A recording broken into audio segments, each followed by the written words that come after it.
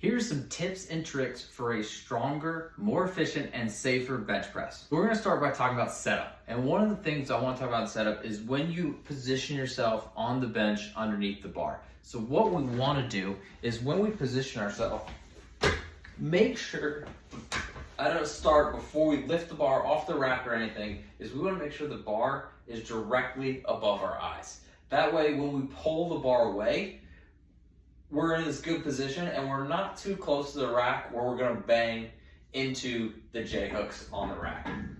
The next thing we wanna talk about when it comes to setup of the bench press is making sure our hands are evenly placed on the bar. So an easy way I like to do this, and this is gonna vary depending on your arm length and what you're comfortable doing, is I like to use the knurling on the bar. So I might measure here and have my hands at the very start of the knurling. I might find this break in the knurling, put my pinkies on there, my ring fingers, or I can use my thumbs and use the knurling again and measure a certain distance, making sure my hands are evenly placed on the bar. Now that we're set up properly, we're gonna talk about what goes on during the lift and some things we can use to once again make it more efficient, stronger, and safer. So the first thing we're gonna talk about is actually wrist position while doing the bench press. When grabbing the bar, I like to put the bar a little bit deeper in my hand. It allows me to get more of my hand around the bar and it puts my wrist in a more neutral, straight position. With it more straight like this, we're gonna be a lot more stronger, a lot more efficient, and it's just gonna put everything else along the chain in a better position during the bench press. A lot of people that I see, they'll put the bar kind of shallow in their hand or higher up on the palm, and when they grab the bar, it'll make their wrist a lot more extended and not so neutral, right? So we got a lot more extension in the wrist. So let me show you what I mean by that. So if we get set up, go lift the bar up. If I put the bar really deep in my hands, here, my wrists are pretty straight, just like a tall building. Skyscrapers, they're built straight up and down. That's where they're strongest and most stable. So that's how we're going to bench press. But here's the fault that I see. People put it higher up in their palm, more shallow in their hand. And as you can see, my wrist is more extended, especially when I go down.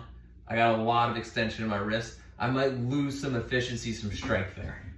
The next thing we're gonna talk about during the lift itself is the actual bar path. So when we do a bench press, the bar does not come straight down and straight back up. It actually makes a soft J down and then soft J back up, pushing it almost towards our face or towards our head. So what I mean by that is we're gonna take the bar, and once we get set up, pull it away, we're going to come down and then push back up towards our face or closer towards over our head. So down and then soft J back up. So we're not going straight down and straight up. The last thing that we're gonna talk about is also during the bench press of putting the shoulders in a good, strong, stable position. So what we're going to do and how I coach this is I have people try to think about breaking the bar. So we're gonna grab the bar, we're gonna try to break it and bend it in half. What that's going to do is help engage the lats, which is going to help tie into the core, put the shoulders in a stronger, more stable position, helping you lift more and hopefully prevent some shoulder injuries. So what this looks like is when we're here, we're going to break the bar down to the bench press and then back up.